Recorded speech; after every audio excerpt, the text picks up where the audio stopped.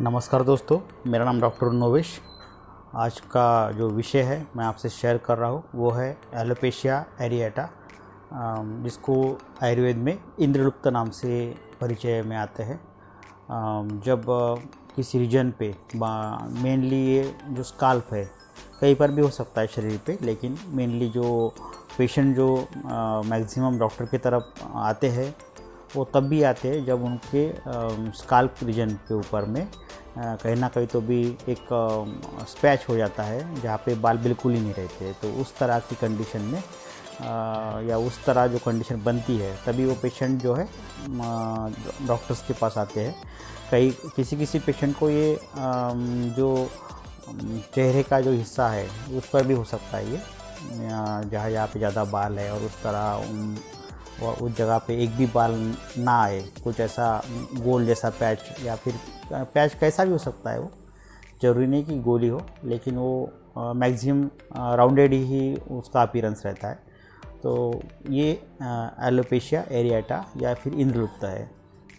ये auto immune disorder है।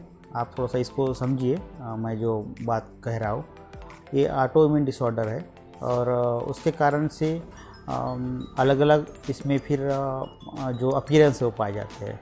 जैसा कि मैंने कहा कि छोटा सा कोई पैच हो जाना या फिर पूरे शरीर पर ही एक भी बाल नहीं रहना, ये भी एक कंडीशन पाई जाती है जिसको कहते हैं एलोपेशिया टोटैलिस। ये एलोपेशिया एरिएटा, एलोपेशिया टोटैलिस या फिर इंद्रलुप्त, इस तरह का ये वर्णित है शास्त्र में। तो हम इसका बहुत अधिक लेंदी ना करते हुए हम बेसिक एकदम जा रहे हैं कि आपके स्काल्प के रीजन में, जो आपका हेड का रीजन है ये, तो ये आपके स्काल्प के रीजन में अगर कहीं पे अगर लगता है कि कंप्लीट कुछ पर्टिकुलर जगह पे बाल है ही नहीं, या उस जगह के बाल निकल गए हैं, पहले थे लेकिन अब नहीं है, उस तरह का आपकी कंडीशन अगर रहती है और फिर वो बढ़ती रहती है, वहाँ के बाल जाना बढ़ जाना और फिर वहाँ बिल्कुल बाल ही ना उगना, इस तरह की कंडीशन रहती है वो। और फिर किसी में सिंगल रहता है पॉइंट, या किसी में फिर मल्टीपल रहता है, एक से ज़्यादा रहते हैं। तो इसमें कोई जो है मेल फीमेल दोनों में भी पाया जाता है, कोई जेंडर का कोई विषय नहीं रहता है इसका, और किसी भी उम्र में हो सकता है। लेकिन जो मैक्सिमम हमने जो पेशेंट देखे वो लगभग 40 के दरमियान या फिर 40-50 के दरमियान या फिर 30 के दरमियान, यही पेशेंट हमने देखे हैं। तो ये कंडीशन में किस तरह हम इसको क्योर करते हैं वो देखेंगे। मैंने पहले बता दिया, ये ऑटो इम्यून डिसऑर्डर है, खुद ही शरीर का ही जो है कहीं ना कहीं तो भी जिसे कहते हैं कि शरीर खुद का ही हानिकारक पहुंचा रहा है, खुद का शरीर खुद को ही हानि पहुंचा रहा है, इस तरह का ये ऑटो इम्यून डिसऑर्डर। जैसे कि रूमेटॉइड आर्थराइटिस हो गया या फिर एसएलई हो गया, इस तरह के बहुत सारे डिसीज है एसएलई करके। तो ये सभी ऑटो इम्यून डिसऑर्डर है। तो इस कंडीशन में हमें क्या करना है, तो एक मैं आपको पहले भी जलोका दिखाई है, मैं अभी और फिर से आपको जलोका दिखाऊंगा। जलोका मीन्स जड़ू है या फिर लीच है, इसको लीच भी कहते हैं। तो ये लीच, तो ये बहुत कारगर साबित हुआ है, इसलिए मैं आपको ये थोड़ा बता रहा हूँ। ये जो है मेरे हाथ में जो है अभी ये लीच है, तो इसको लगवाते हैं, लीच को लगवाते हैं उस जगह के ऊपर 2-2 सेंटीमीटर का अंतर लगा रख के इसको लगाते हैं। अगर ज़्यादा बड़ा स्पैच है तो ये लीच है मेरे हाथ पे, तो इसको हम लगाते हैं पेशेंट में, और फिर 8-8 दिन के बाद में इसका सेटिंग करते हैं। तो ये लीच थेरेपी हमने काफ़ी इसके रिज़ल्ट देखे हैं, इसलिए मैं आपसे शेयर कर रहा हूँ, क्योंकि बहुत लोगों को समझ भी नहीं आ रहता है या फिर उनको मालूमात नहीं रहती है, उस बात की जानकारी नहीं रहती है कि वाकई में लीच से या कोई आयुर्वेद थेरेपी से इसका रिज़ल्ट मिलता है, ऐसा कुछ उनको क्लियरिटी नहीं रहती है।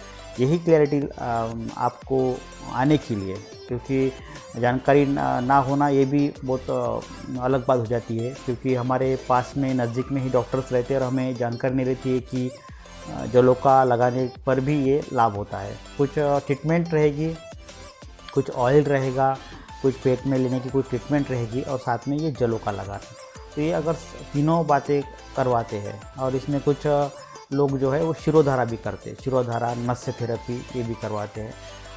लेकिन मेनली मैं आपसे यही बात करूंगा और यही मैं आपको रेकमेंड करूंगा कि आप यहाँ पे जलोका का उपयोग जो है वो अवश्य करवाइए, क्योंकि जलोका से खूब जो है जो रिज़ल्ट है वो काफ़ी फास्ट आ जाते हैं। इसलिए मैं आपको जलोका बार बार बता रहा हूँ। तो आपको ट्रीटमेंट भी लेना है, आपको जो है पेट की जो ट्रीटमेंट है, जो आपको इंटरनल मेडिसिन है वो भी रहेगी, नस्य भी रहेगा। नस्य का मैंने वीडियो डाला है, नाक से दवाई डालने का रहता है। और ये रक्तमोक्षण, ये जलोका अवचरण जो है, जिसको अवचरण कहते हैं, लगाना, जो लीच को लगाना, तो ये 8-8 दिन के बाद में आपको रिपीटेड करना है। आपके नज़दीक के जो भी फिजिशियन है वो आपको बुलाएंगे 8-8 दिन बाद। और इसकी सेटिंग रहती है, किसी किसी को 3 बार, 4 बार, 6 बार ऐसा करवाना पड़ता है, उस जगह पे जलोका लगाना पड़ता है। उससे पहले सिर्फ आपको क्लॉटिंग टाइम, ब्लीडिंग टाइम और HbS-Ag ये जो टेस्ट है वो कर लेना अच्छा रहेगा, और उसके बाद में फिर आप जलोका लगा सकते हैं। आपके नज़दीक के जो भी फिजिशियन हैं आप उनसे कंसल्ट करके आप इस जो लीच थेरेपी है उसको करवाइए। जिनको एलोपेशिया एरिएटा है तो उनमें करवाइए, और आपको इसमें रिज़ल्ट मिलते हैं। मैं इसका एक फ़ोटोग्राफ भी आपको डालूँगा कि किस तरह से हमने पेशेंट किए और उनमें कैसा रिज़ल्ट आया है। आपको ये वीडियो अच्छा लगा, आपको अगर आयुर्वेद से लगाव है, आयुर्वेद की कुछ चीज़ें अगर आपको समझनी है, तो आप मेरे चैनल को ज़रूर सब्सक्राइब करिए, लाइक करिए, और कुछ आपको अगर डाउट्स है तो कमेंट्स में लिखिए। धन्यवाद। जय हिंद, जय आयुर्वेद।